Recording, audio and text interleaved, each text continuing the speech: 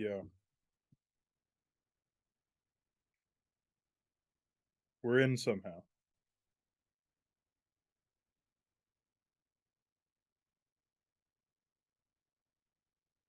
We're about to find out.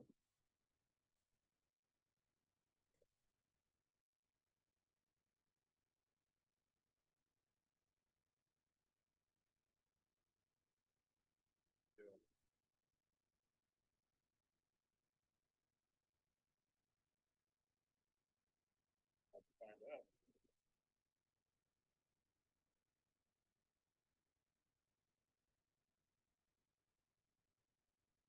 No, no. We can hear me, but not you.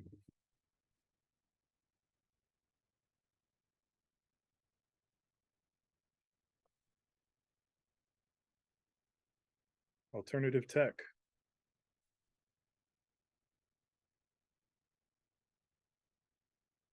What's up, everyone? Welcome to another episode of the Alternative Blacks podcast live on YouTube. Episode number 2 of this YouTube series. And we have a really exciting show today. Once we figure out all of the fun technical difficulties that come with transitioning to a new platform. So bear with us.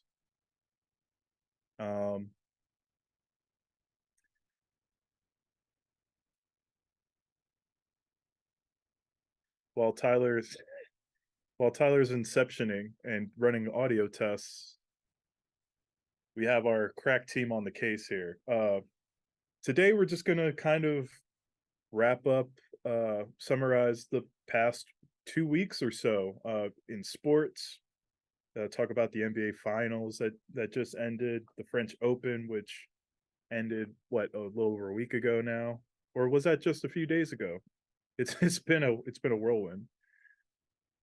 Yeah, just a few days ago. So, and then also talk a little bit about Juneteenth as we're approaching Juneteenth next Monday, and also directly after that is our Brew Day at Love City. So, got a lot to get into.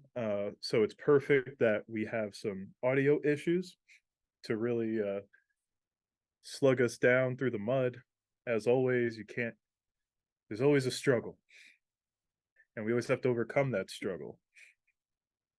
And so is life. Um, I guess while Tyler is doing his thing, I'll just run through what I'm drinking here today. And what I have, it's Cartel Brewing. Went and got another Crowler.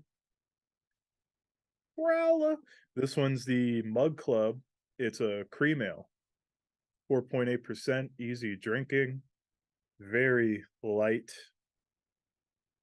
and chill. And I was so Light thirsty and after I was chill. playing tennis before this. Oh, were you? Yeah, yeah, I All was right. playing tennis before this, and I was like, a cream ale.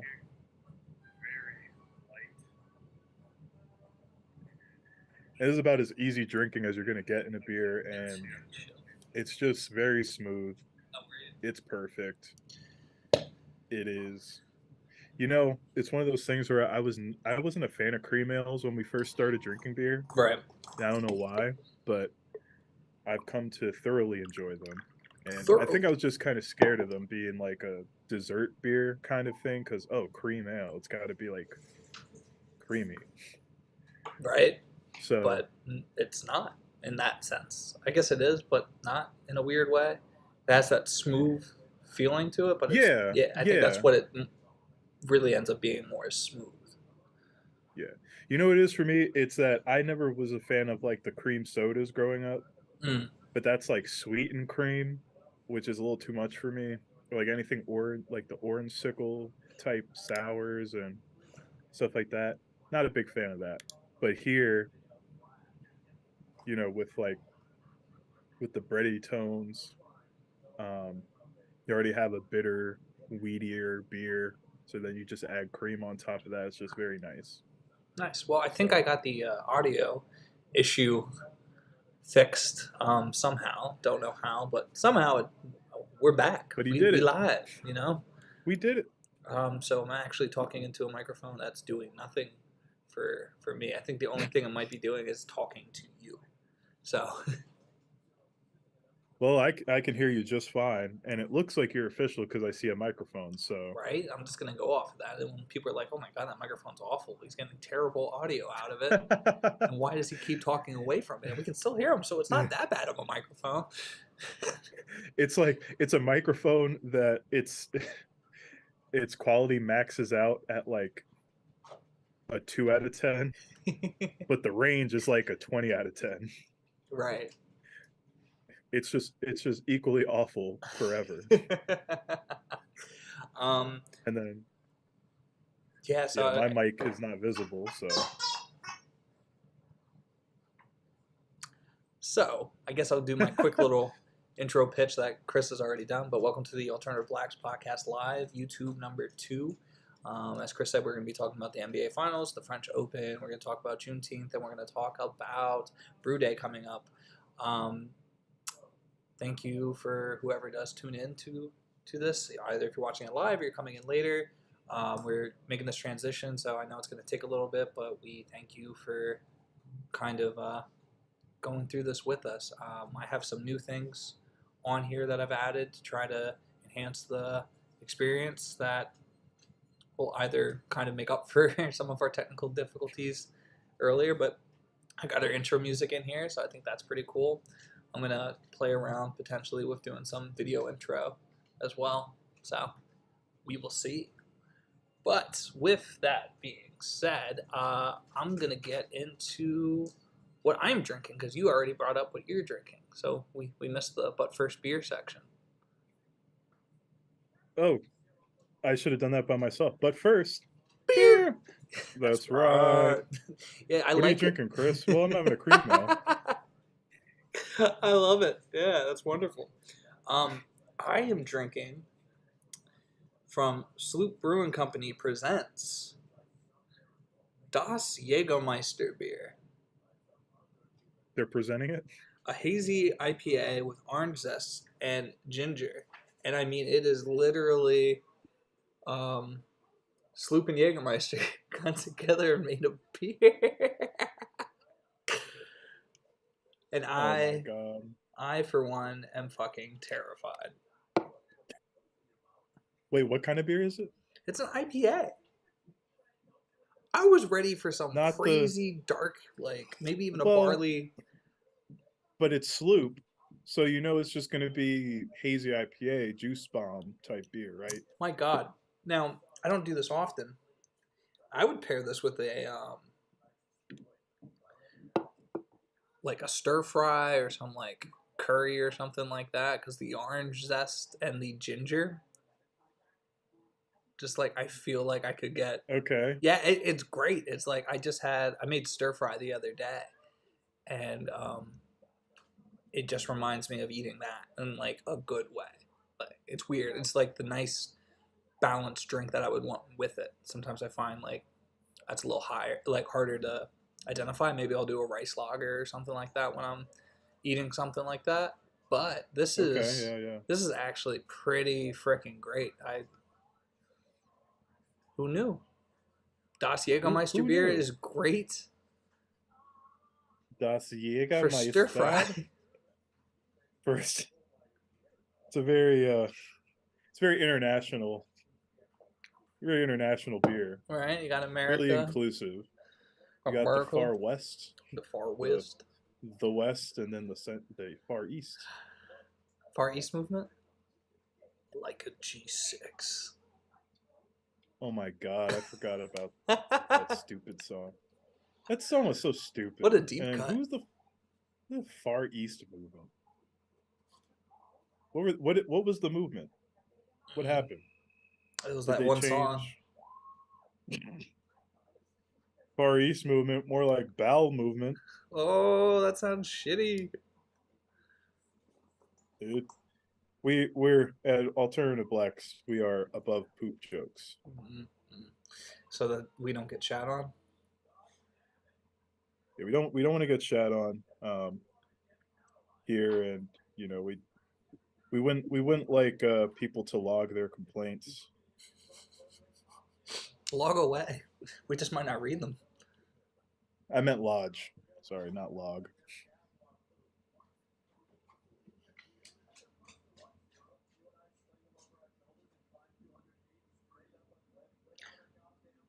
All right, well this is going down fast in a spiraling motion. No, Chris, stop. Oh my god, this episode, I don't know if you can tell, I am exhausted.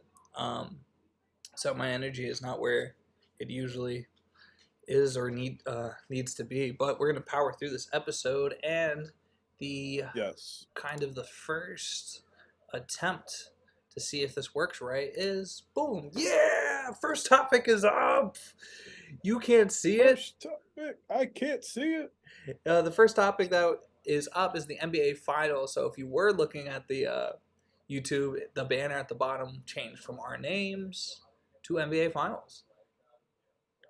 Ooh, okay. Yeah, I got it up on my phone, but delays. I'll delays. see it.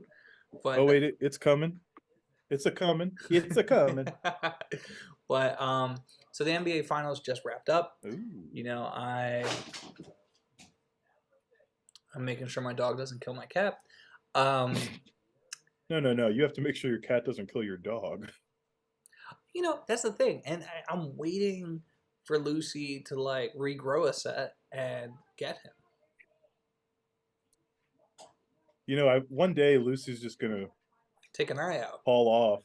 Yeah, and Connor's not gonna know what to do He's gonna be besides stunned. run. Stunned. Yeah. NBA Finals came through. Me as a Miami Heat fan, I was just over the moon that they got as far as they did. Obviously, would have wanted to see maybe one more W to really close out the season, but no, even the last game wasn't like a runaway blowout. There was moments that Miami just kind of dropped the ball, but Literally. yeah, I just wanted to get your take on the NBA Finals. We can talk about this briefly or however long it is. I didn't go stat line, but Oh no. I was pulling for the Heat, but I was not mad at whoever won this series just because like the Nuggets were kind of obviously they had more talent, but like the way that they built the team was like one of those things where it's like you got to respect it, and they hadn't gotten a lot of respect, and they were kind of suffering from what the Heat were suffering from right after the bubble, because they almost make the finals in the bubble. They lose to the Lakers, right?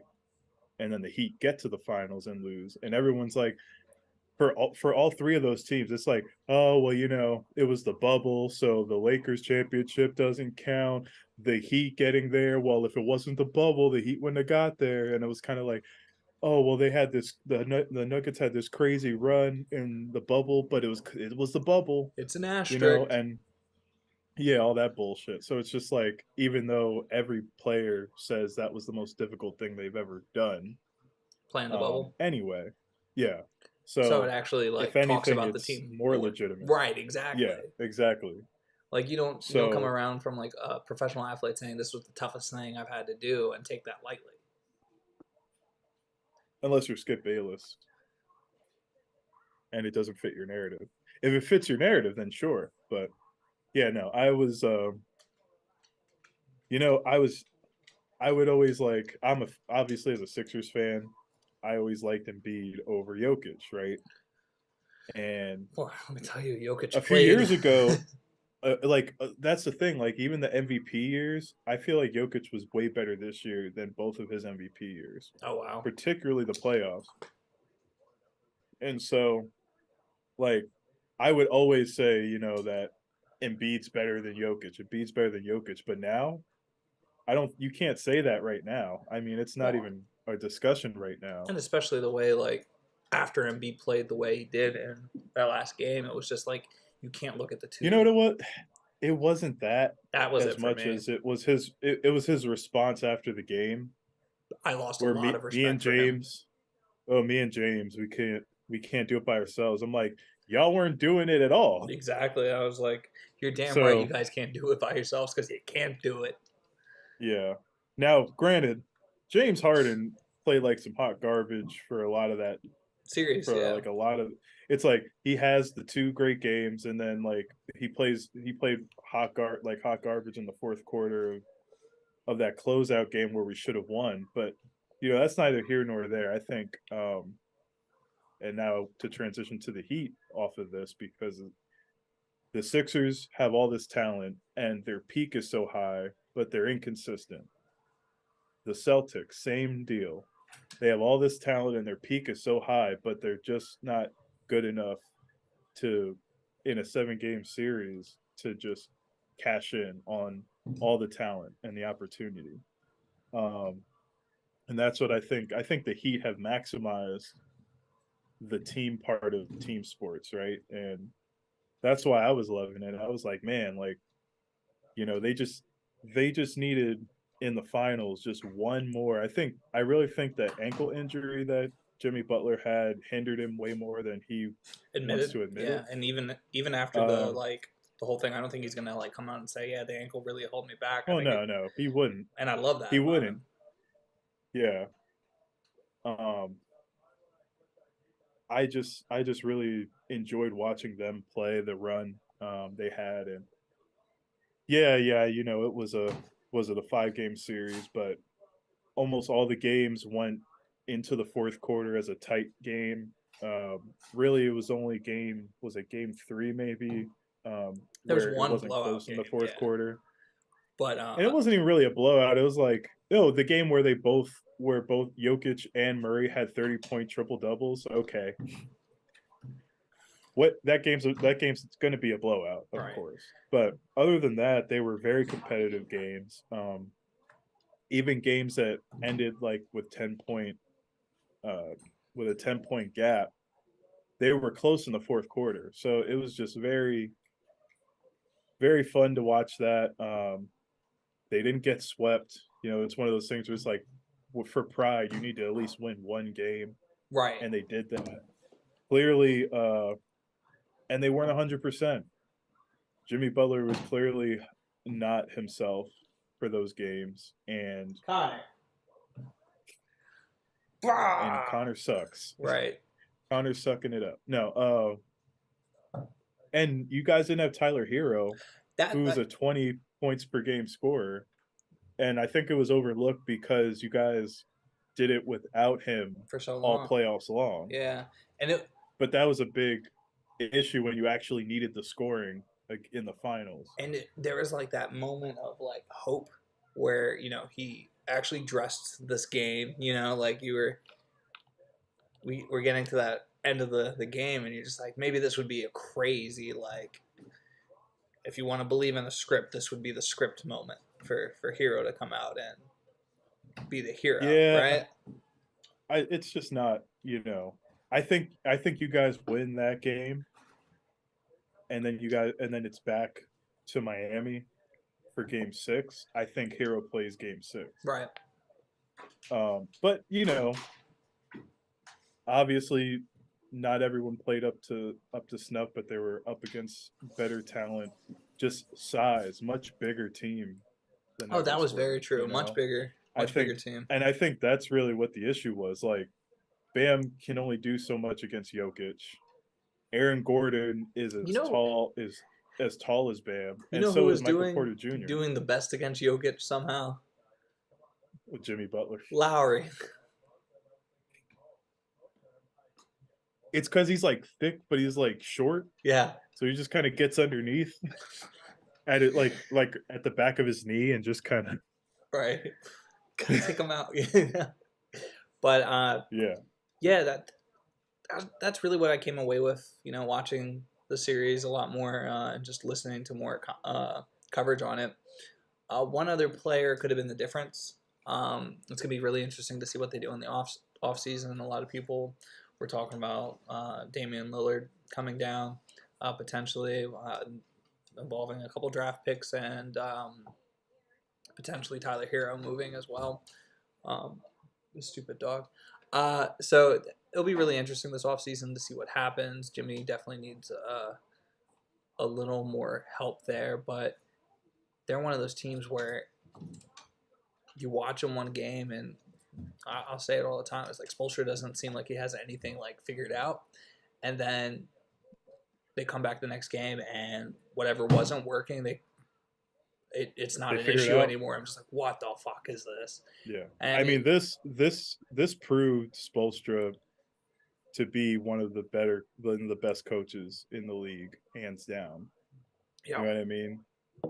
Like that just the adjustments they made, the defense that they played, and he's just obviously I think it's just it's really interesting. He's like just really calm as a cucumber. Like when he's out there half the time, it's just like something good happens. He's like something bad happens. He's like, yeah, he has the same he has that face who's just he's just kind of like flabbergasted the entire time. He's just like what is happening?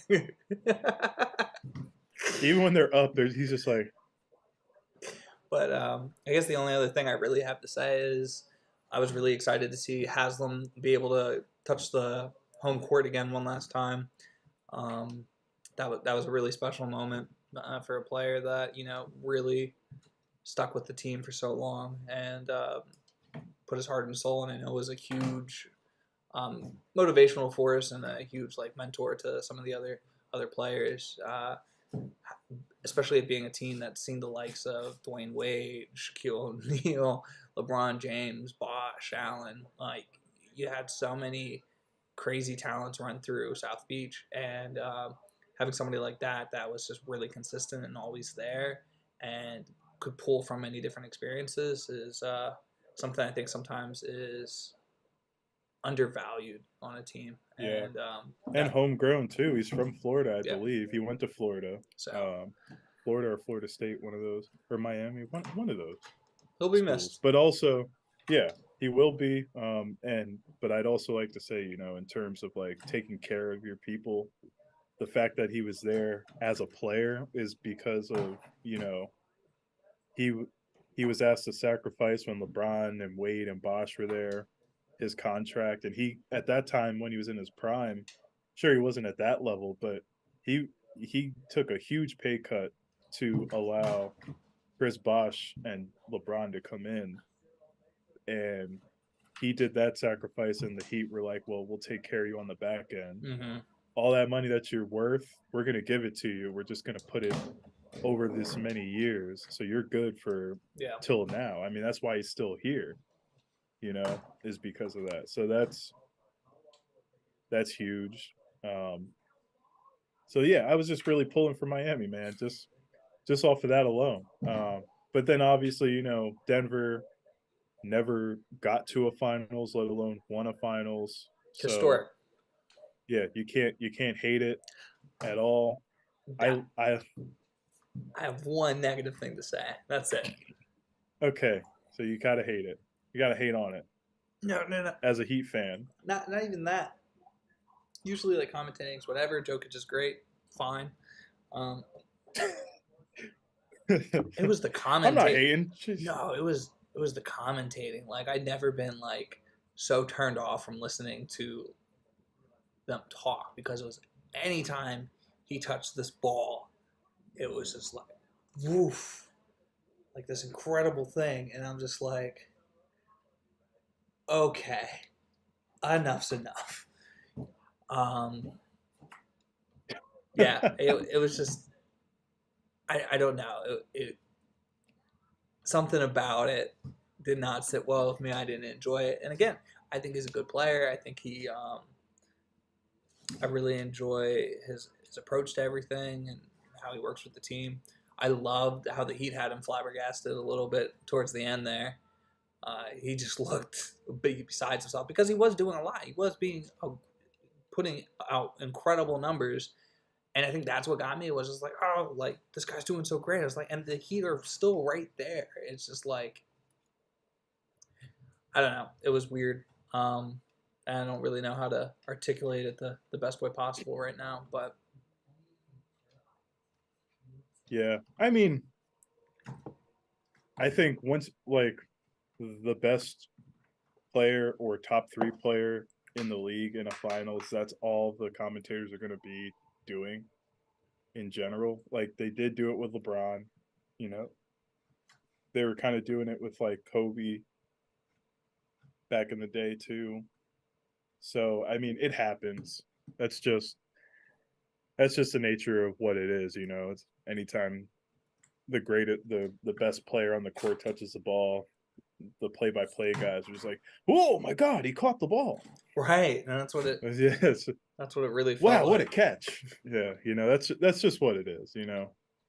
But, Oh, um, so question for you then. Um, answer for you and possibly. I didn't watch it verbatim. I know he was in the press. One of the things I saw was he was in the press conference talking about the parade and kind of. It doesn't seem Jokic holds this like the parade as like a very high value like thing that needs to be happening. Oh, What okay. what are your thoughts on that? I love it. I love everything about this man off the court. It's just like he's so like he's so like I don't give a shit about anything. I don't know what it is. He's like unintentionally funny. He like loves horses. He like took one of his MVPs trophies. He like did his MVP interview from like his horse stable back home Nice. in Serbia. Like he's just like I feel like he has a perspective that we in America can't have. And a lot of like obviously like the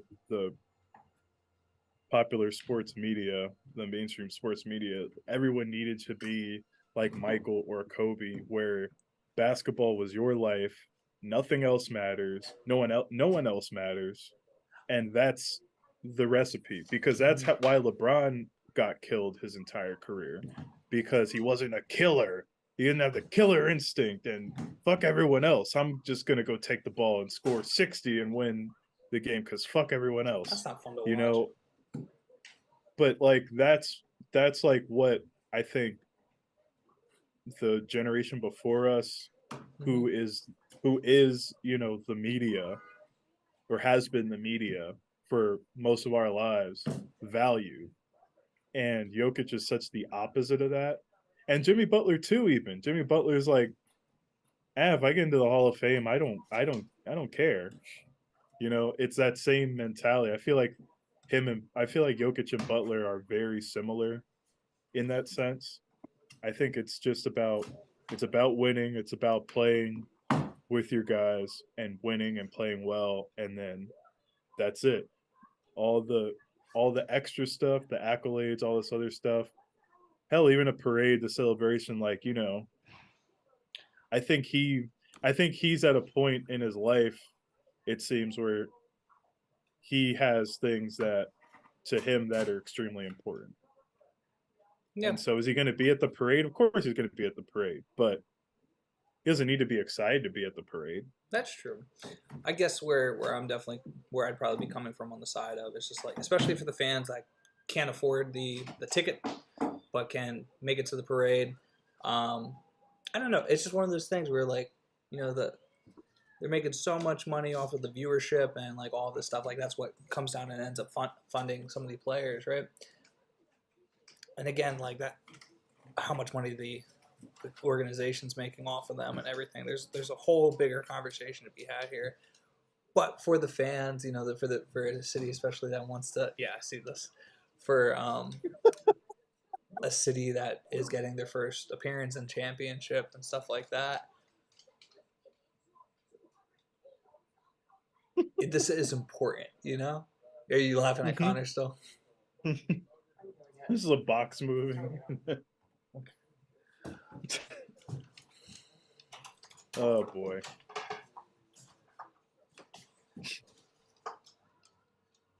Gotta love it. Yeah, what were you saying?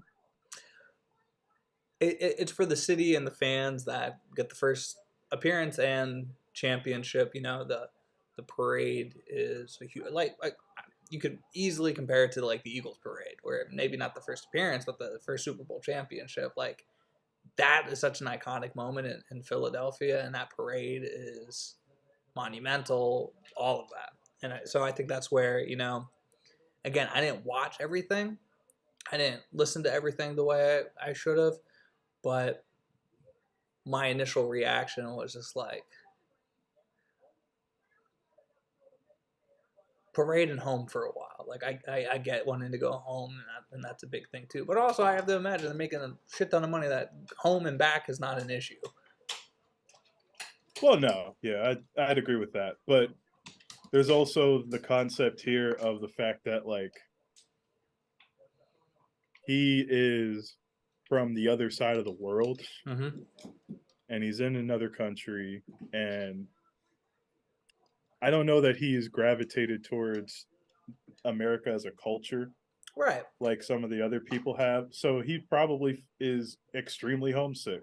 So I Oh. can understand him feeling like I want to go home, you know. Yeah. Let's go home. We did it, guys. Let's go home. So I'm sure he's gonna have fun celebrating and stuff. Yeah. And he'll get up and give his speech, and it's probably going to be hilarious. It's gonna be Just him. just because he's just like so hilarious. But All like right. I just think it to me it seems like he's got life figured out away from the game, and you know he loves basketball, but it doesn't consume him completely to where he loves his family or his home country, and he just wants to be there because he doesn't get that like we do, Yeah. you I, know. I think the real like the real meat and potatoes here is a conversation that's much bigger than the live. It comes back to entertainment. It comes back to celebrity. It comes back to what is owed to fans, if anything, right? Um, and it's a difficult, nuanced conversation. I think it's not as plain as simple as like that it's their life and they don't know anything, right? Because in a way, I agree. Like I made the art and you like it, but I don't owe you anything about that. Like, thank you for enjoying it and paying me. But at the same time, does this does this income exist without the fan? So I mean, it doesn't, but he doesn't have to be excited to go to it. no, If no, he's no. there, That's he's fulfilled his obligation, but you that's what know? I'm saying. It's a very like, does he have to be excited? No. Would have me as a agent or something like that wanted to see him handle that situation differently? Yes. I think that's Fucking agent. but it's how do I sell this guy? How do I get this guy more money? How do I think there's a lot of things that go into it more than just being like, I want to go home. So um, I think that's actually a really Yeah. good conversation because I think I think we can mirror that to craft beer in a capacity as well. Like, I'm gonna brew it and you're gonna come. I don't care what your experience is like. I think there is is a duality here. But I wanted to go from one Joker to the other, and let's talk about the French Open. I see what you did there. I see what you did there. Man, Novak Djokovic. He's cool, he's great and all that. Still don't like I don't like him.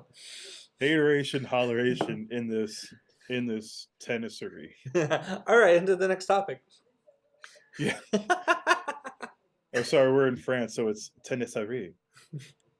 um, Djokovic becomes the leader in Grand Slams, right? He beats out Nadal, right? And Officially. yeah, for the men's, Yeah, for ATP, yeah, he beats out Nadal um, with 23, I believe. I think so. I think it's 23. I think Federer has 20 or 21, And and I then think he's the only Nadal one to get and four, like four of at least every one. that makes sense. I mean, he is. the most. I think he's the most consistent on all like going between surfaces out of the three. Obviously, Federer on grass is like Federer on grass and Nadal on clay. And Djokovic is just kind of good on everything. I mean, there's something to be said about the fact that like he's just so like it's him for him. It's like the mental game that he's so good at.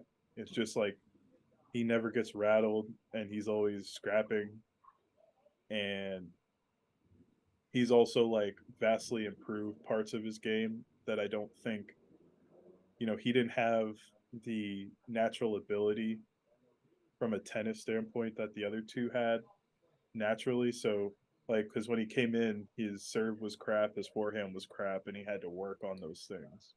So I do credit him for that. And his nutrition was bad. He was retired from matches early and whatnot in his career and couldn't go to five setters. So he like I guess his greatness is the fact that he's able to work on his weaknesses and kind of overcome them. Where the other two I think were just so good they could work on enough to tactically to mask their weaknesses. Yeah, you know, you hate Um, to say the old adage, hard work beats talent if talent doesn't work hard, but it's hard not to utilize that one in this sense because Not that either three of them didn't work hard. right. But Yeah, when you look at it like a very surface, like it's again bringing up Ray Allen, right? Oh, he's a natural shooter. No, I worked hard to become this great shooter, right? Um, yeah. so not to take away from the hard work and the dedication that Federer or Nadal put into it, but to your point, these seemingly natural athletes of natural tennis athletes as far as Nadal and Federer are concerned versus Djokovic, who was not as like clean cut of a diamond coming right onto the court. Yeah, I think to your point that is really admirable. Um, Again, it's like, could I sit here and say Tom Brady isn't one of the best, if not the best of all time, right? I guess you could say that. Fuck, do I hate him? Fuck, do I hate the Patriots? Fuck the Raiders But next year, I guess. yeah, I But think Djokovic and Brady, though. I mean, you want to talk about analogies, like analogous players in a different sport. Like I feel like that's it, because, right? god damn, does Djokovic step on the court and you're just thinking, how is anyone going to beat this guy? And he wins, and it's like, I don't care how many records he breaks. I'm not going to be happy about Yeah, it. it is, and that's the thing. Like I think he would have 25, 30 if not for Nadal and Federer. I think part of it is he's a little younger than both of them. Obviously, Federer is much older than the other two. The other two are closer, I think, in age. But unfortunately, they've already succumbed to injuries and things of that nature that have hampered the back parts of their career now.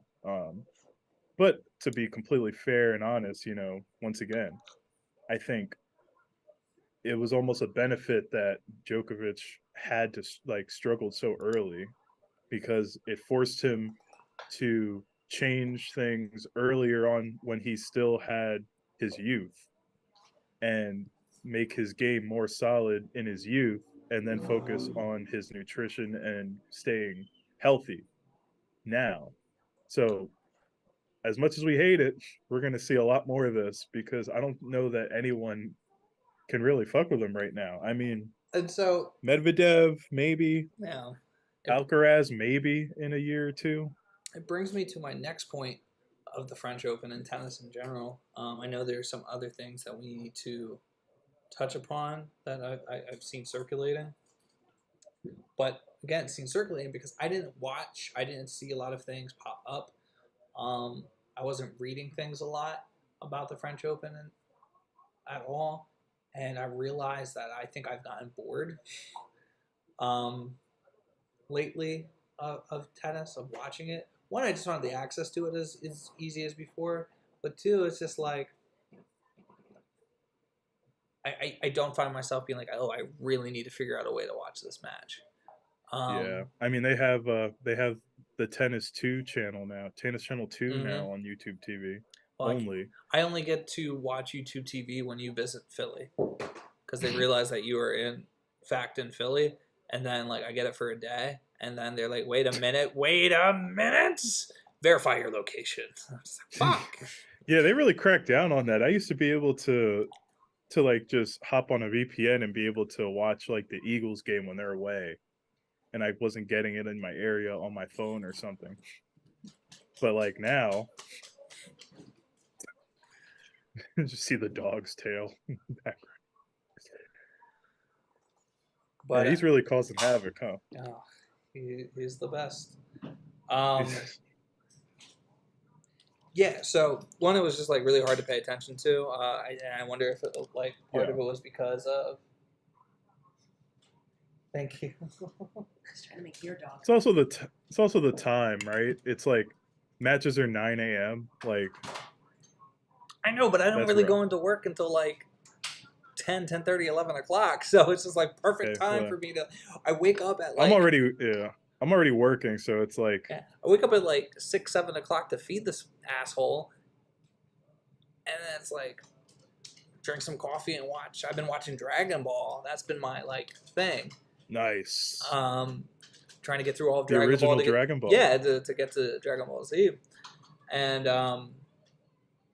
but it would have been nice to watch some of it. Peacock only allowed you to watch some of it here and there, and it was just like, again,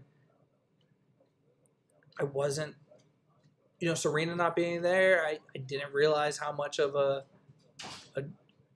I'd missed that.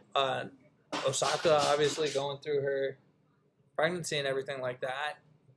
My draw isn't there for that. What's her face? She was one of the top players, and the tennis council's like really fucking her over with the drug charges, like they did Sharapova. What is her name? I think it's Halep. Halep. Simona They're Halep. fucking Halep up, and like that's another player that if she was playing, I'd be like tuned in. I love Halep, so it's like I've realized I don't really have this big draw. I love the French Open too. That's the thing. It's a fun. You only get clay once a year. You only get when talking about the Grand Slam, you only get clay once a year, and you only get the grass once a year. So Wimbledon coming up, excited, but again, I don't know who I'm excited to see on the grass court this year. Well, I'll tell you who I'm excited to see. I don't know. I don't know. I've been pulling for Tiafo. Always. And I hope that it lines up where we can see him when we're at the US Open in September. You're going? Going to the US Open. Yeah. Got the tickets. Yeah. Hoping that lines up. But no, Tiafo, American, obviously. Anderson on the tennis court, I'm a fan of, obviously. Right. So, that's pretty much it. Yeah. That's pretty much it. And that's why it's just Unfortunately.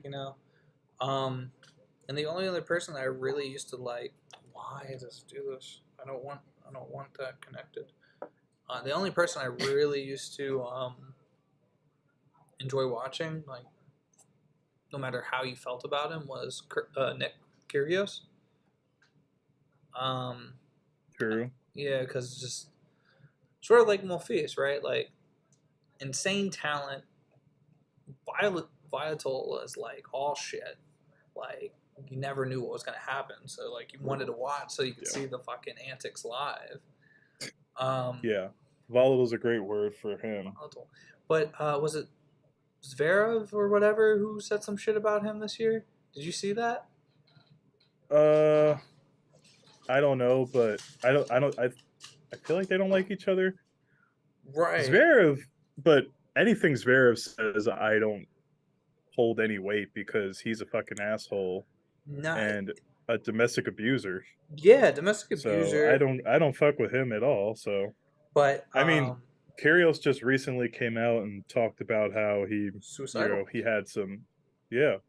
He had some issues, and he had some issues with alcohol in the past, and that's really what contributed to the volatility, a few years ago, and the stretch of just losing, So I'm hoping that he can bounce back and, kind of get back to it. I mean, he had a great year last year, which was nice. So, yeah, Uh, apparently, there's a bunch of shit that we missed. I'm trying to. I'm going to grab the second beer while you look for that. Because I'm trying to find the. I'm trying to find what was said about uh Kyrgios because I thought it was insane because it's like what happened to for me at least was it just felt very What happened to coded. you? And of course, I'm not gonna be able to find it now, but I'll repost it later if I can find it. But it was like one of those like really coded like shits. It was just like, um, I really hate coded shit too. yeah, it was the this is a respectable sport. This is tennis. This is he needs to leave the NBA culture and swagger like off the court and all Oh, this one other of stuff. those. And it was just like just call him black, just call him the Yeah, N word, like dude. like I know for a fact Zverev is racist. Like, just his whole disposition, the fact that he's a fucking ass. Yeah, he doesn't. Yeah, fuck that guy. I never really liked him. yeah. And that like again, it's probably was 1 a.m. when I'm reading this shit, and I feel like I should have sent you, it to you or something, and I might have actually. you're getting amped up. You're like, the fuck is this? At 1 a.m. Right, and that's definitely when I end up not being able to sleep. Let me see. Did I send it to you at all? I don't remember that one. But while you're looking, my next beer is from this place called Cartel Brewing. It's another Crowley, but this time it's the Fidelio Vienna Lager, Mm. sitting at 5%. A nice, beautiful amber color here. Take a look at that. Will you take a look at Wow. that? Will you take a look at that? And it's delicious.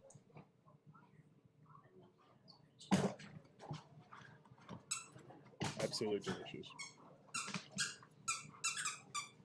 Kind of puts you in the mind of a wee heavy, but it's not. So it's a wee light. It's just a wee light. Just a wee light. If I ever find it, I'll post it on the channel. And then apparently there was another like allegation against another player who I don't even know the name is about some Nazi remarks. Yeah. Zverev? Not Zverev, but I'll post both of them on the story if I can find them, or I'll make a post about it and I'll grab everybody's hot takes on that, and we'll have a official ABP hot take. Yeah. Oh. Saboth Wild. Yeah. Seaboth. Tiago Seaboth Wild.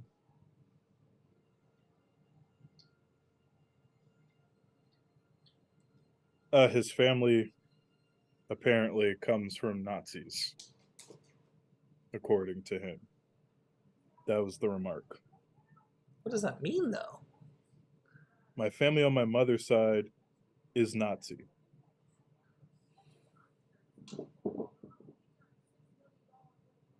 And apparently he sent horrific texts to his ex-girlfriend.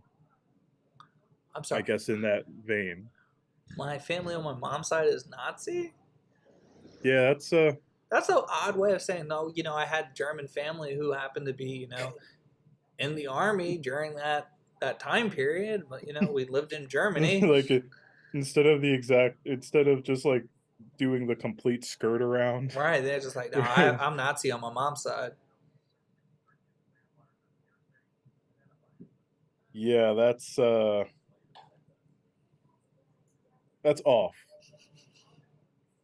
Yeah, that's a fault. Oh, apparently his family taught Hitler about life. Yeah. So And you're bragging about that? So they're the reason why he just didn't stick with art? my great grandfather and my mother's father's father's father was Hitler's predecessor. He's the one who brought him over from Austria and taught Hitler the life. He's talking about this way too fondly. That's the weird. I think that's the fucked up part. Yeah, he's looking back on it fondly like it's fucking the Notebook or something. I don't. The Notebook's sad, right? I don't know. Yikes. All Anyway, right. that's I'm yeah, gonna that's just transition this over to Juneteenth. 'Cause fuck that noise. all right. To taking a complete 180. Juneteenth is this Monday. Yeah. Um. Yeah, I know we haven't completely solidified what's going on and everything as far as you coming down and everything because on the following day will be our next topic is Brew Day. But Yes. Juneteenth in Philly is definitely an event. I feel like just things pop up. There are things happening throughout the city. Thankfully, federal holiday. My company, I don't have to work. I get paid for that. That's nice. I Same. think we talked about, last year, same time I was working at Dock Street still, and it was like there's like two, there's three black people that are working at this place, and I'm just like, you couldn't work around that. Like it wasn't until maybe 5 minutes prior to me needing to like leave where I was at to get ready to go that I got a text message that it was dead. Go figure. And that I didn't need to worry about coming in. And I was like, thanks, Amasta. Like that's really nice. What a dark time.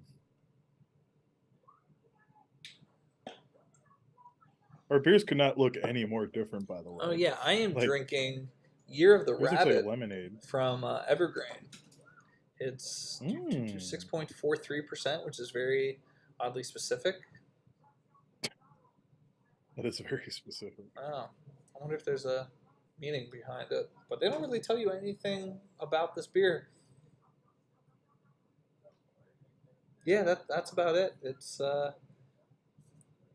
It literally All says right. Year of the Rabbit IPA. Well, it's evergreen, so obviously IPA. Yeah, it's juicy. Just kidding. They don't. They have other things, but Juicy beer. It's good. That's all I have to say about that. Juneteenth. What do you have anything in particular that you would like to touch upon with Juneteenth? um, once again, I think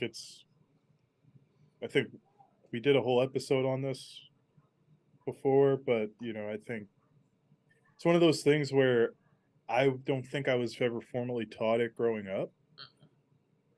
Even in African American history, I don't know that we got to this. I think I it's one think of it those was things. later on. It wasn't really emphasized as much as other elements of Black history, which of course would be Rosa Parks, Malcolm X, Martin Luther Mhm. King, like all these other elements that are kind of standard and you heard 1,000 times over, and they told Yeah, a 100 years later. Yeah. Yeah, now of course, obviously, that is more directly related to why things aren't as bad as they were then, right? But this was this was the thing, right?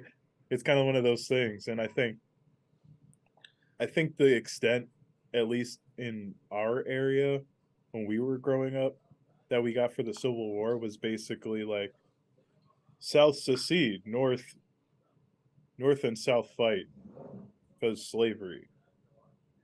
But then if you in some places in the South, it was because states' rights. slavery. But Um, because states' rights are slave rights, states' rights. Even though like multiple secession secession declarations from multiple states directly mention slavery as the reason. The states' rights to slavery. Yeah, exactly. States' rights to what? Yeah. What state right? Yeah. What state right are we talking about? The right to have a set of bear arms on your wall? No. uh, No, but I think it's just one of those things where it's like, I was always, oh, Juneteenth. I think I know about what is that again? Like, it just wasn't something that was hit on. I couldn't tell you a time that it was even cursorily mentioned growing up. Do you? no, not really. And I think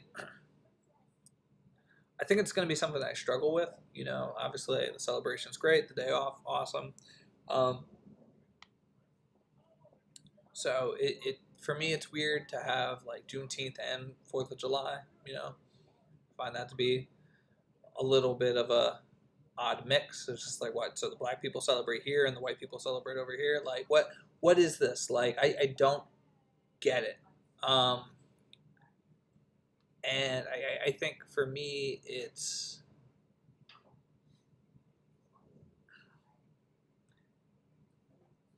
becomes more of a reflection period for me about like what I see in terms of celebration, who's celebrating. Um, it's just hard for me to completely, wrap my head around, I guess.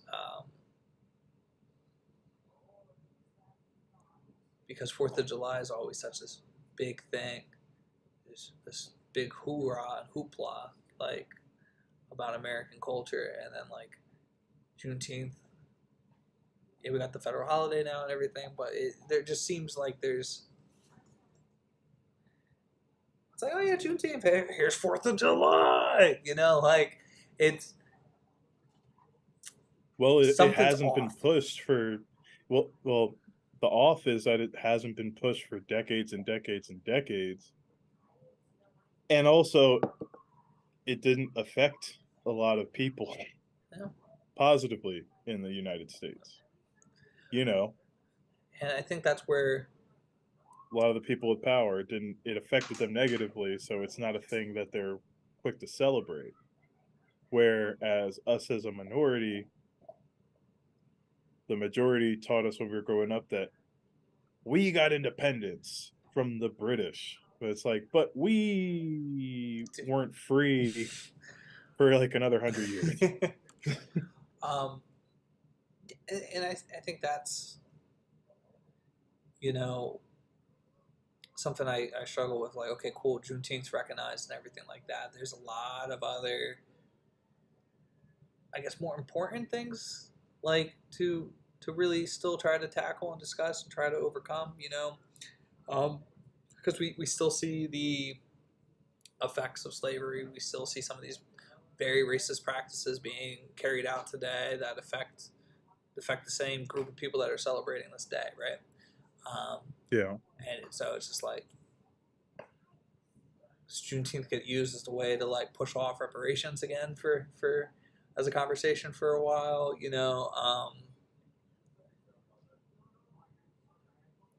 You're always going to have this policing issue. You know, you're always going to have the issues in But neighborhoods that I not having think, enough resources. It's just, yeah, I think there's something to be said though, just about being allowed yeah, to just celebrate something. And I think we get caught up in that sometimes, and it really turns into, fatigue is a thing, right? And it's kind of like working, working, working, working, working, mm-hmm. never getting appreciated with like a day off, or in the office a day to like an employee appreciation type thing where we're not working today, we're just gonna have like a get together, we're gonna have lunch, food brought in, we're just gonna celebrate each other, like stuff like that. Like, burnout happens, so you have to have those times to kind of just stop and say, on this day in history was a great day for us. Let's just take this one day to enjoy something good. And I think that's kind of how I look at it. Um, and there is progress in terms, at least, of it being recognized Yeah. federally, right? Because I think we're old enough to know that this isn't necessarily a very new or a thing that always happened. This is a very new thing. So it's something. Yeah, I I agree. think the important part is to not say, "Oh, we made it. It's a holiday. We're not working today. We made it." You know what I mean? It's just, but you can't downplay the importance of just observing it and celebrating it as well. I'm looking to have a That's what I would say. great day. I hope weather's great, and I just want to be outside with people, and enjoying Mm. culture. Right. Um, we have an early early morning the next day, but it should We be do. it should be a fun day. I'm really excited for that. Just make sure I have everything prepped. Yeah. So we'll have you want to just that's a good transition It's a great into transition the into brew Brew day. Day. Brum, brum, brum, brum. Yeah, I haven't I don't mean implemented that to, in yeah. yet. Now that's one thing we've been talking about for years. We need the air horn. And we need like something else, like, damn son, where'd you find this? Or something else like that. What are some of the other ones? They're like the rap battle ones. Yep. Don DeMarco. Every time we say something, that's a bar, which is not often, but Right. you know, Um. not often. But what are you thinking Just, about Brew Day? What are you excited for? Anticipating? um, I am excited to just kind of really absorb a lot of information. I'm trying to go in as a sponge, um, and as prepped as possible. I'm not trying to fill my head with stuff prior. I might do like a read up on barley wines quick, but I'm not gonna like try to know the answers and like, oh, why aren't we doing this? And like, look at me, I know so much information. I am really taking this as a just like, whoa, what are we doing now? Okay, cool. Like I want to be a fly on the wall that has a megaphone.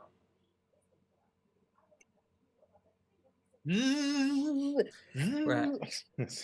No, Because I want to be able to discuss it. I want to be able to talk about these things as like I'm observing this. I want to, yeah, get the hands dirty for sure. It's going to be such an incredible day. I see us being absolutely wiped out by the end of it. yeah.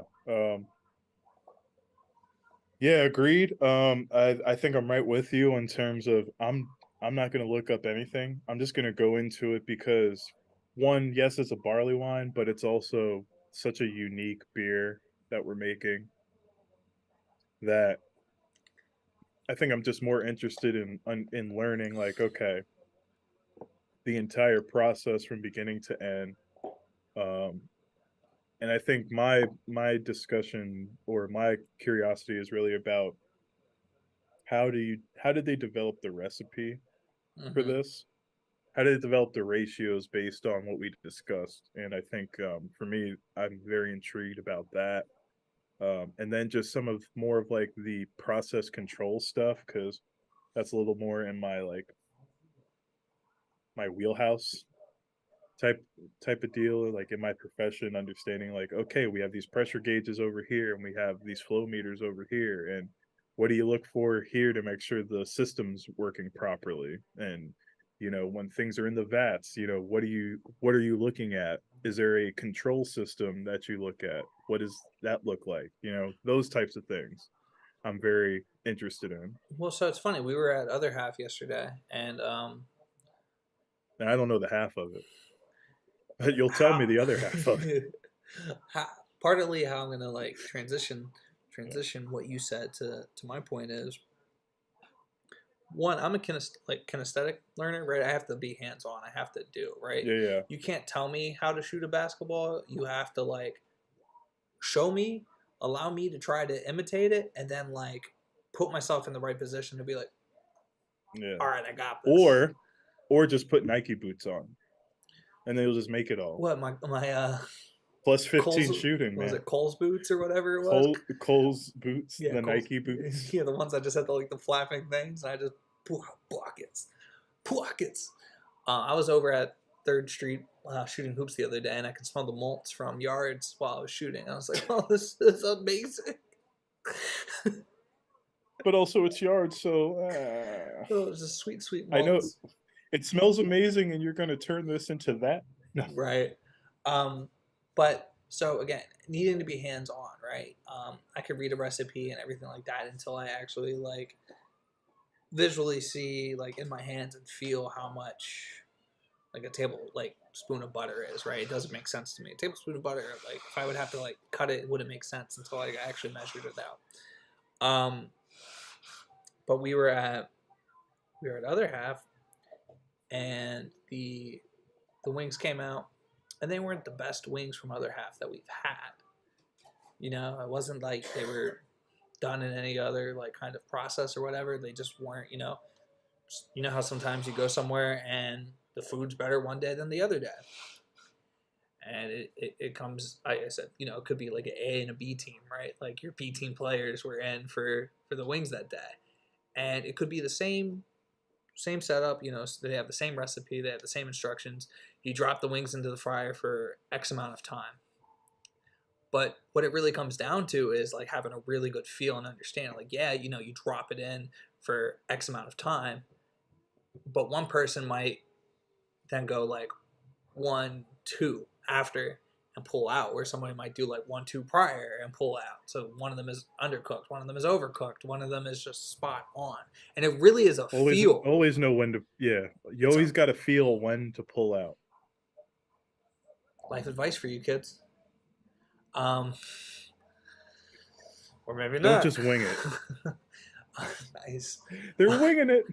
But I think that is going to be like such a big factor in brewing, and that's what I really love. So you're more interested in like, say, the feel of it, like, because again, I can't. How do you know right now when to move to the next step? I get that you say, "Oh, it's an hour," but right. But even us, like, we're doing it in such a small scale, and then to see it at such a big scale, like for me, that conversion doesn't make sense yet. And we talked to Todd from Broken Chair about like, oh, if you have this amount for like jalapenos, and when you convert up to this, it's actually not a straight conversion. You have to go like harder on it, right? And so just really so that's starting that to type like of stuff. visualize like, The understanding of that. like seeing what they're doing for me, like, oh, this is the process, like this is what they did, and then understanding what was happening behind it and the more technical things come to me later. Because if I read the technical thing first, it just goes straight over my head. Like, okay, yeah, this is the equation. But like once I apply it to something, I was like, oh, I see every single part of this equation now. So I need that like moment. Yeah. I mean, I definitely think I'm in that vein, although, I think I'm more used to, okay, here's the theory, and then I go out with the general theory and see how it happens, and then I'm like, oh, okay, now I understand this process. Now I can apply it to this equation or whatever. You know what I mean? So, because I don't know, with engineering, it's kind of like the math describes something that's happening. Yeah. So I like to see, okay, I see why we're adding this here. This is why we divide, that type of deal. Yeah, But, I was talking about the beer making process with one of my coworkers today, and I was like, doing it on this small scale, that's fine. Trying to scale up a little bit and really understand this process, and just getting comfortable with like, okay, cool, I know I can make a beer, but now like, okay, what are the bare minimums of an IPA, right? Like, what do you really have to hit to make an IPA, and what makes an IPA, right? And being able to do that, and then being able to take an IPA that happens to be very descriptive from some brewing company somewhere like Evergreen and just call it an IPA, and others are very like specific about. Here's the grain build. Here's like all this other stuff. And then I'm like, that's the next step. That's replicate that Right. beer, and then look at that beer and be like, okay, cool. But if I wanted to do this in a way that I think would make it better, or like something that I would have liked a little more, how do I do that? And Yeah. then take That. that step and make it to the next step. And that's when you start creating your own beer. And that's what That. I'm looking Yeah. for. But again, Yeah. I need to I be agree able with to that. know the process to make a beer, how to taste and replicate that. It's like cooking, and it all comes back to cooking to me. It's okay. I really like that dish over there. Like I like the 3 cheese chicken penne, right? How am I going to make this 3 cheese chicken penne? Okay, cool. I kind of got it almost on par with the restaurant, but now like this is where I think it would have been better anyways. And now I just know the feel of making it, right? And I think that's what we're after. You know, we're after some recipes. One to just be like, how do I make this, but a step better and more accessible, and something that people are Yeah. able to approach. And then the step after that is like, okay, now let's go for our wildest dream. Because you can make these I juice agree with that. bombs. Yeah. Yeah, you can make these juice bombs. You can make these crazy wild beers. But I think there's something to be said about if you don't know how to do the base, like you're just kind of getting lucky with the other part, and it's just like Well, that's what they say, right? They right. say like if you can't make a good lager, then your technical brewing skills aren't there. Like because things like hops, like that masks what you do technically with the grain bill, how you did your boil, and in some cases when the hops are super strong, even like making sure that it was sealed properly and nothing fermented wrong, there wasn't air infiltration, all those types of things, something that strong bitterness and strong aroma from just bombing it with hops can cover, so I don't want people coming to our brewery and thinking maybe the B brew team was on for this batch. You know, I don't want them to be able to tell when I was brewing it versus you were brewing it versus somebody that we brought in was brewing it. I want it to be such a technical and sound like thing that has been well thought out, you know, repeated. You know, I want it to be, if it comes out different and people notice. One, I don't want it to ever made the tap by then, but I would want it to be a moment where like it wasn't these guys, like, or you left this out in the sun too long, or you didn't get you didn't keep this refrigerated. I want it to be yeah, at a point where the last people that are blamed are us. I like it. Stay as far away from accountability as possible. No, I completely agree with that. And to your point, I think experiencing it at this scale too, because I think we can do, if we went to, let's say, take one of the recipes we got and tweak a few things here or there, I think we could do that with that base now on our small scale and it'd be okay. But, understanding to scale it up to an industrial level process like we're going to be doing on Tuesday, like you said, those things change, the ratios change. And I was even told this directly when I was at my local homebrew shop a few months ago. He's like, you can scale pretty much up to about 10, 20 gallons. I think 20 gallons. After that, with hops, after that, uh, it turns into a chemistry issue and the scaling's all whacked out. You have to, hop it more. So it's those types of things. It's the scaling thing is something that's interesting to me, and just in general, how are we going through like this process? Like you and I understand from our kitchen, we We take our steeping grains, we put them in the water, and we steep them for a while. Okay, now we're adding our, our liquid malt. Yeah. But I think we also conceptualize too, like an all grain process where you have basically two sets of containers, and you're just kind of just like slow boiling these grains and feeding it back through and whatnot. And then you move that to your brew to your kettle, and then you boil it, and then everything's the same that we do from there. Yeah. I can conceptualize that. Something on that scale, on a scale, barrel scale, I can't right now visualize what equipment is used to make Right. that happen. Because like we're using like essentially what is a sock's worth of grain, right? Like that's It is literally a sock. and we're just going doop. Yeah. Okay. Yeah, yeah, We have cool, we did it, we have these yeah. little hot pellets that look like fucking marshmallows for cocoa, right? Like They do. So, yeah, it's like, okay, those are like 5 grams worth, even less, some of those packets. 5 grams Okay, being the most. Yeah. now it's gonna be pounds of hops. And that's where it So doesn't make sense to me. Like I right. can't comprehend. Like, okay, we're gonna add hops. I'm just like, I just imagine this big old thing we're coming over, and that's what I'm really excited you for. know? And everyone that's part of Love City is, I think, is as hype as we are about this collaboration for some reason.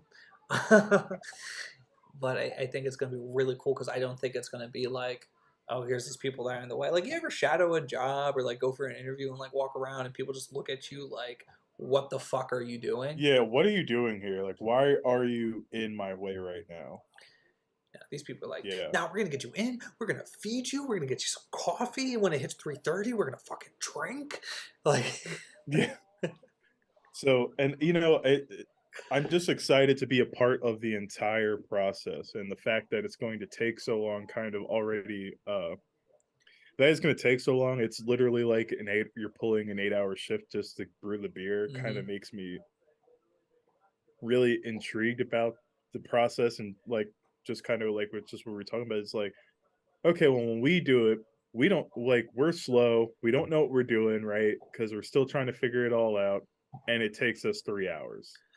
But if we knew what we were doing, we could have this done in an hour and a half if yeah. we really wanted to, right? And that includes all the cleanup Look, of it. So I why? sanitize the So how shit do out these? of everything. Yeah, you're Mr. Over Sanitized. You probably don't have fingerprints anymore, and I'm just kind of like After I brew, I could over. commit a crime. Yeah, and I like over organize everything so Oh, that you I have that don't mise en forget place. anything. So it's just like I'm easing the hell out of this plus, man. Like I had all of the hop bags like In the right cascaded order. in a row. Yeah, in So the they right were order. Cascade So you just hops. pick one up. They were Cascade hops, in fact. That's why I cascaded them. You don't not cascade hops. That's the whole point. That's why they're called cascade You hops. big dummy. No, but like that part too, right? Like that.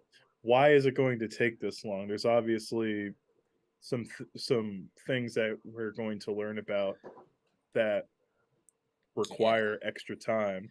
Yeah, So I'm like just really excited.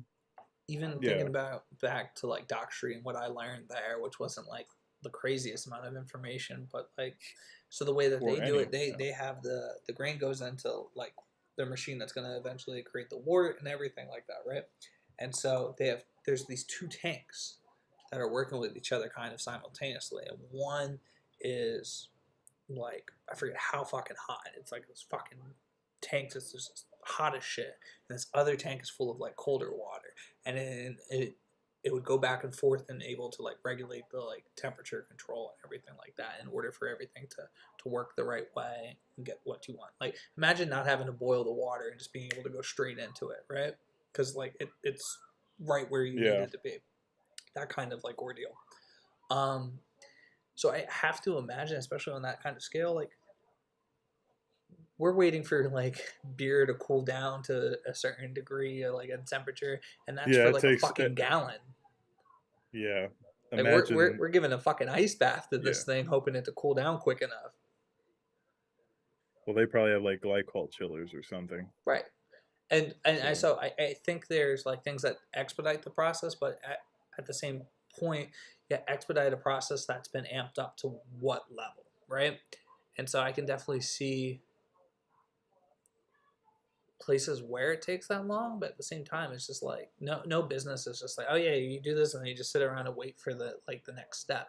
There has to yeah, be no, there's stuff some happening, like right? all 8 hours. There's something happening. So and I mean, that's the thing. they That's get a the interesting lunch. It part, definitely right? sounds like there's a lunch. Yeah, there ought to be a lunch, I would imagine. But once again, like these are the things I'm excited to figure out. But cleaning Excuse things, me. making sure that everything is like where it needs to be, the testing of things. I we so this last episode that I dropped, like that we dropped recently, was the Anchors of Beer episode, right? That's how far behind I am. And the we talked about trogs and the walking tour, but how they have their lab out in the center for all to see. And what I always found Right. about trogs that is so different than a lot of the other craft like microbreweries that we go to is while other breweries are doing their testing, they're doing all that like just to make sure everything's where it needs to be. The trogs level of it just seems so fucking like crazy to me. Like it never made sense to me at first going in there. I was like, why is this like such a big science thing? Looks like a chemistry lab, which it is. It's literally a chemistry lab. Yeah. But I think that as I've gone forward, as I've done more tours, and I've looked at stuff, that has really stuck out to me. It's just like, wow, like it just seems like of the utmost importance to trogs, and talking about it being an anchor of craft beer, and talking about like you go to Hidden River and you get a bunch of new beers all the time, but you're pretty certain it's the same beer and like just slightly different. But you slap a name on it and you don't have to worry about the consistency. Whereas Trogs, like you go to get a perpetual IPA and if it's off, you're like, why is this off? Yeah. Now, And it won't be I because hit the issue again. literally by the name. I need to hit the head real quick. So I'm gonna let you keep talking. Well, that's why they call it perpetual because It's perpetual. it's perpetually the same thing. Perpetually. No, but brewing is chemistry because cooking is chemistry. It's literally the same thing, right? So it's kind of one of those things where it's trying to understand how do we take the practical aspect and apply it to, or how do we take the theoretical and apply it to the practical aspect in a production setting, and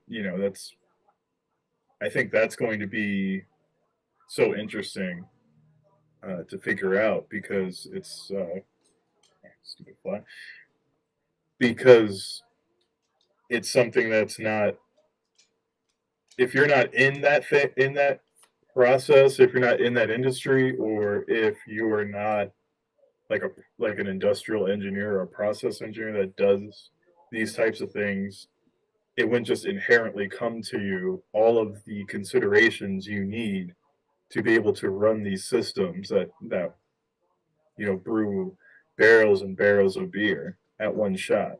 So, even in our talks with oh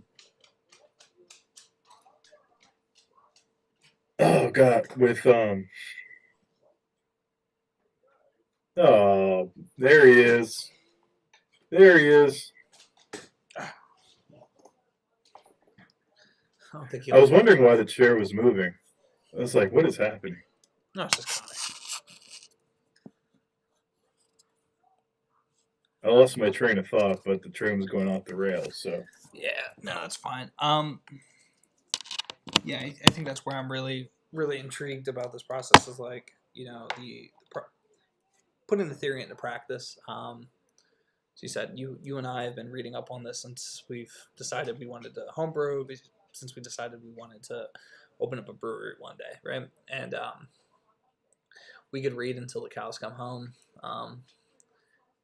We're not really getting tested on this until we like look to go get a certification, or if we went to a school for brewing. But like, there's nothing that says that we need any of these things in order to open up a brewery. So that's another interesting place that we're at. And when that happens, it becomes a lot more difficult to like really conceptualize like what we're actually digesting. So I can memorize stuff till the cows come home, but like again, it's the actual practice of stuff, and I see that being like a big struggle in the education system, where it's like, oh, you're doing this for a test, like you're memorizing for a test, but what is the retention, right? And I think we learn the stuff, we talk about it, and then where's the retention on that? Because it's not applicable. It's not something that we're actually getting our hands on. And I find that an experience like what we're about to have with Love City is going to be so different and so unique that are we going to memorize every single thing that happened there and just like walk away and like recreate the brewery and recreate the beer? Fuck no. But it's going to make a lot more sense than when we were just reading a book about how to make a barley wine. Yeah, absolutely. Once again, I think the practical aspect of it, right? Clearly, the brewers understand what's happening on a physical standpoint and a chemical standpoint in terms of this happens here and we put it to this temperature, blah, blah, blah, blah, blah, to make this happen.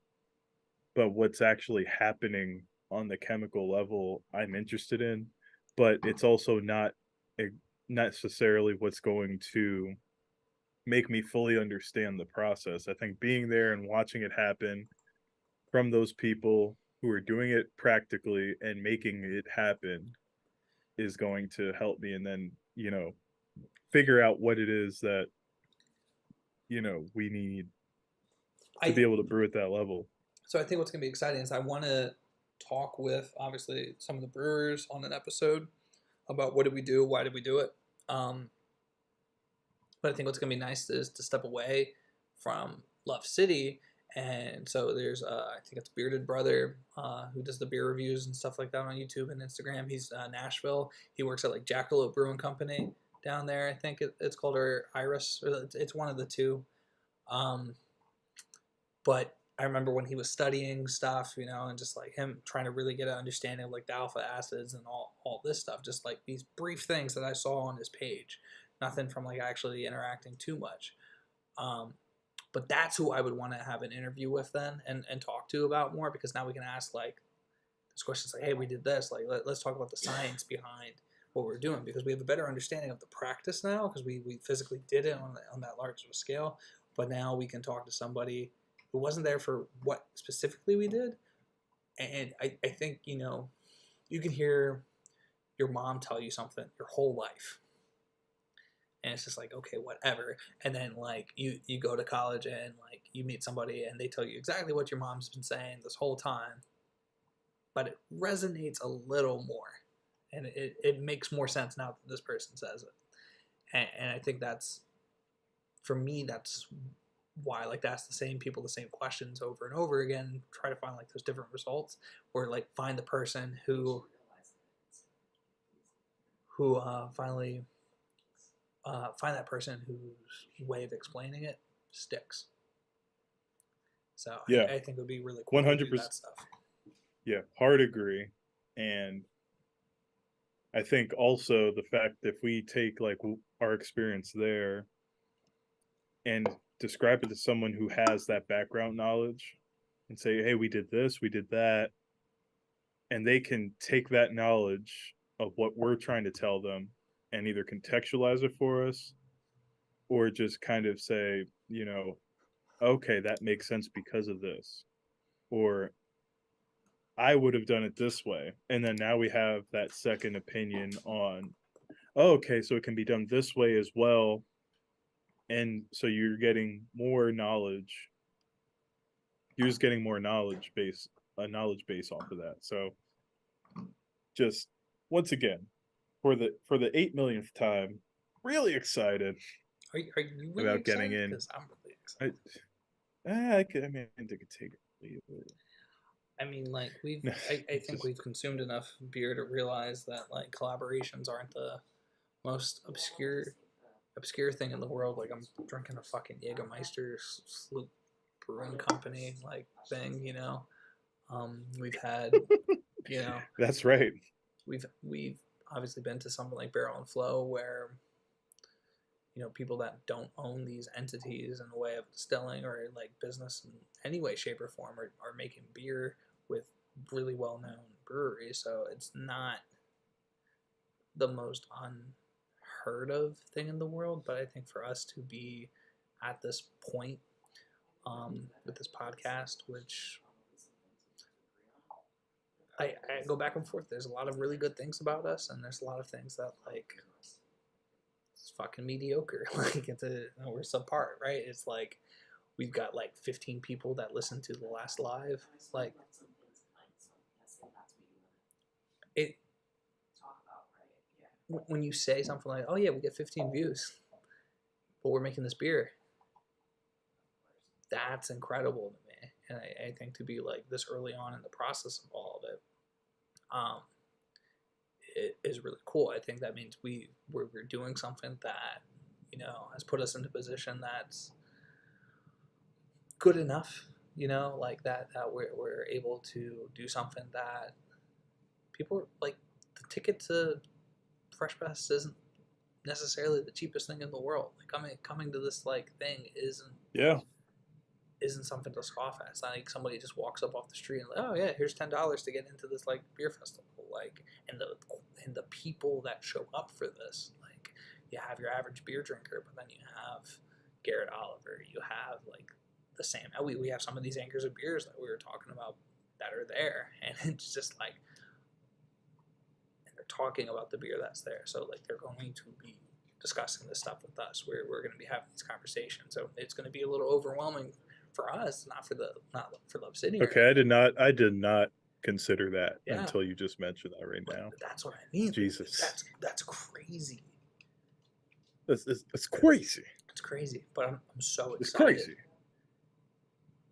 I think that's really exciting. So like even as we wrap up, I think the conversation for the night, Dave Bracey, the guy that basically runs this whole thing, is going to happen to be in Philly, and for him to hit up that group email and be like, "Yo, let's connect." I think that's huge. It's huge, and I think to your point, and we've discussed this numerous times to the point where like we're so new, no one really listens to us in general, but just the community that we do have is so great and so supportive that we're kind of at this point where it's like we get to rub elbows with people who have such a bigger reach than we do, literally just because we're in that community, and that community is such a great community. And so it's pretty crazy. It's what it's what any community of a subculture or a counterculture should be or wants to be, I think. So I'm really happy to be a part of the black craft beer community, because obviously there might be things that we aren't super privy to, but it's just like there's just so much camaraderie in it, so much collaboration, and it's just one of those like model communities once again that I think really sets a standard for what it can do in the space that it's attempting to push into. And I think we're going to see in the next 5 years, with I hope that there's going to be a much bigger presence than there is now, yeah. in craft beer. So really excited for that, and I'm really hyped to sit down with Dave Bracy over a fucking beer, man. That's Yo, so fucking dope. right. To like bring this full circle, we started talking about like the NBA and the NBA Finals, and like if you're looking at things on paper, Miami Heat Denver Nuggets final wasn't exactly what you were looking at. You would expect it to be like one seed, right? Um, and I think a lot of times, like if you looked at Barrel and Flow last year, maybe you can compare it with like Crowns and Hops and Allagash, making a collaboration beer. It's just like, yeah, that makes sense. It's like the best in this area, one of the best in this area. That makes sense. Right. But then for like what I would consider us like the 8 seed, like the fucking 8 seed coming, The play-in right? Like we're came just, through the play-in tournament. if you were to look at our numbers as a podcast and as like a social media presence and just like a cultural influence, would have never guessed like this was a possibility. And all it really took was we went to Barrel and Flow last year. We looked at it like we sat down with somebody else, a new team member, one of those things where we're looking at like, okay, we're wearing X amount of hats and we can't wear them all anymore. And just having that real conversation with somebody, it's like, okay, well, what are like goals? What would you want to do with the show? Like, if you had to walk away at the end of the year and you did one thing, what was it? And I think we were both on the same page. Like, yeah, we really want to be a part of Barrel and Flow, like in some capacity. Not even thinking that we'd get to brew, like just like, oh, we get like 2 minutes to talk as like our podcast, or we get to do a live, or like something, got to record something, interview people. So to get to this point, it's just like, fuck. That pushed us a lot further than we expected to be at. Because again, if you look at those numbers, I'm not looking at a show that, here, I'll pull it up what our last live did and what I think like right now, I dropped the podcast, we had like 9 plays over the last 24 hours or so, right? Looking at this now, I don't know what kind of like bragging this is because it's not beneficial. But the Anchor of a Beer episode that I dropped on YouTube a day ago has 6 views so far, 6 on our YouTube, which is very new. That's fine. But our last live had 27 views since 2 weeks ago.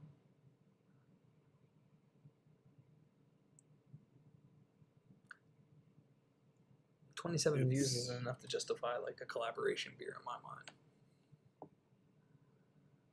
It's not, but here we are too. And once again, I think that's the benefit of us being out last year though too, right? And developing relationships. So sure, I think a lot of it might be the fact that, we aren't hitting the consistency to get the views, but we have the relationships established to make the things happen that we're making happen. And at the end of the day, I think that's really what we wanted to do, right? Because we didn't start the podcast to hit it big. We started the podcast because we like doing the podcast and talking to each other. Yeah.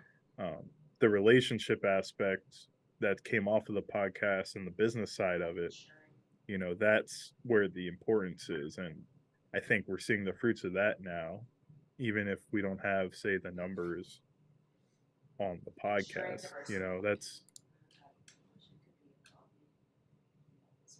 That's secondary. Yeah. I'm really, really freaking excited. I think is what I, again, didn't mean to diminish what we do or anything like that. I think I wanted it to be a, not cautionary tale, I wanted it to be almost inspirational in a way where it's like, in a culture that does seem to be fixated on likes, streams, this, that, you can be successful in a way that doesn't on a surface level appear. So I think the way we look at social media now, a lot of people will be like, those people that look happy on social media are the ones that you need to check in on because, how are they really feeling? Are we spending the time to check in on them?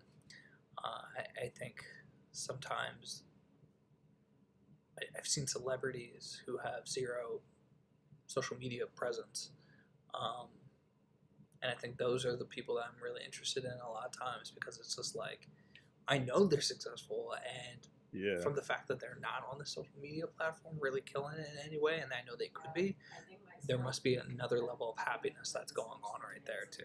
Because Full circle. This is why I love Jokic, and this is why I love Jimmy Butler, because it seems like they have themselves figured out and are comfortable with themselves to the point where they aren't allowing the imposition of the sports media's hot takes of you have to do this and it has to be this way and you have to devote your entire being to this. It's like, no, I can work hard at my job.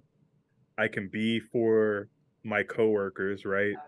And do that thing, but then I can also just prioritize myself and my life outside of my job, and it's okay. You know what I mean? I think that's valiant. And I and also the whole thing of not taking social media seriously. I mean, I don't Jokic probably has a page, but I'm sure it ain't he's not, grifting for views or anything. And Jimmy Butler's a troll, which is amazing. The whole like long dread thing he did so that all his photos were just this long dreads thing, and then he just didn't wear them the whole year was hilarious. And even like his coffee company was kind of trolly, where he's just like, I'm I'm in a hotel with a bunch of millionaires. They're gonna pay this ridiculous amount for coffee, so I'm gonna charge this ridiculous amount for coffee and start this business off of it. Like it's such a it's such a unique thing for someone in his position to do, but it fits right in with like the personality and everything else that it just like you gotta respect it. And same thing with Jokic, like just the oh, we have to keep celebrating. I just want to go home and rest. It's I just want to go home and play with my horses, race my horses. It's just I think the outside happiness outside of the social media aspect is the important part.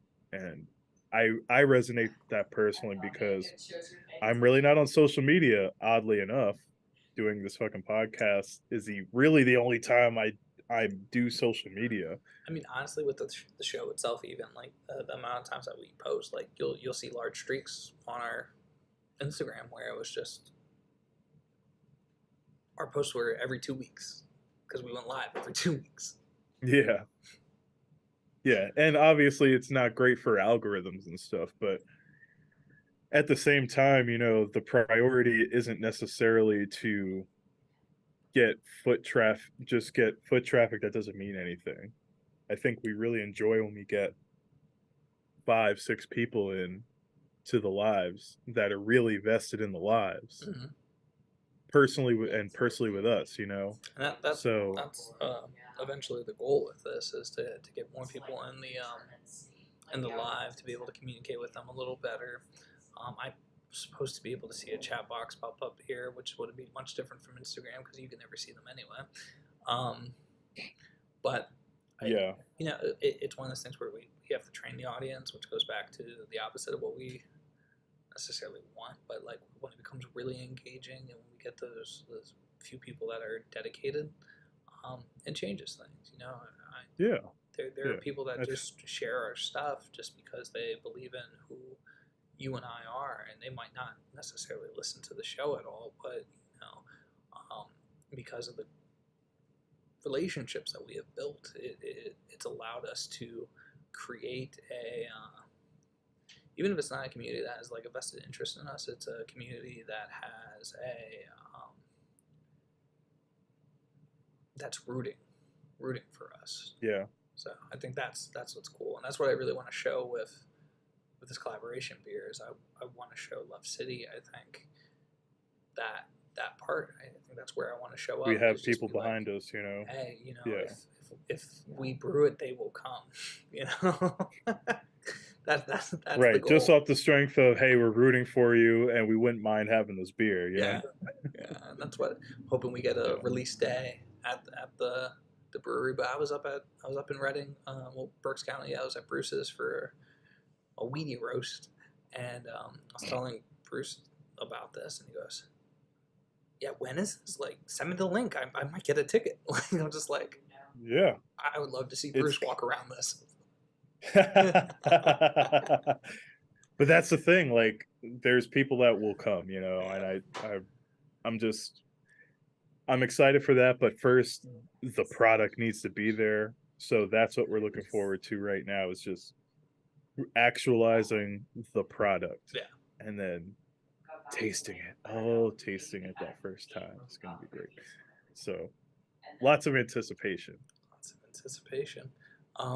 This was a fun episode. Sometimes we're on these like 2-hour shows, and it feels like 2 hours. This is one of those that we kind of got through it. And I don't think we really hung up on any of the individual conversations, but I think we did what we always set out to do. We just had a conversation over beer, and it was fun. So I'm really excited to continue this on YouTube.